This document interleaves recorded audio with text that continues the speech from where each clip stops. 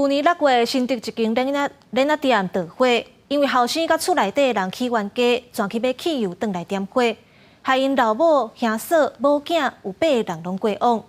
经过1档外审理，新竹地方法院将一审甲宣判死刑，褫夺公权终身。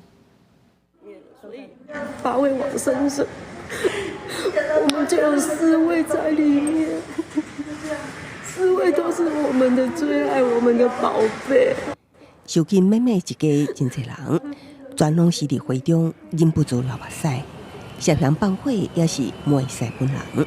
经过法院1年外来审理，2月以杀人定罪，一审判死刑，宣告褫夺公权终身。我们觉得真的很高兴，至少给被害者及家属执法的正义跟公正。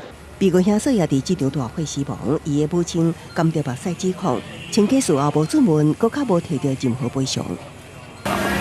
想起规个事故，30多岁姓陈查某人，因为家务甲爸母起冤家，涉嫌买汽油，伫轮胎行1楼放火，包括伊的母亲、家后囡仔甲兄嫂等夺走8个家人的性命，犯下互社会惊吓的新竹轮胎行放火案。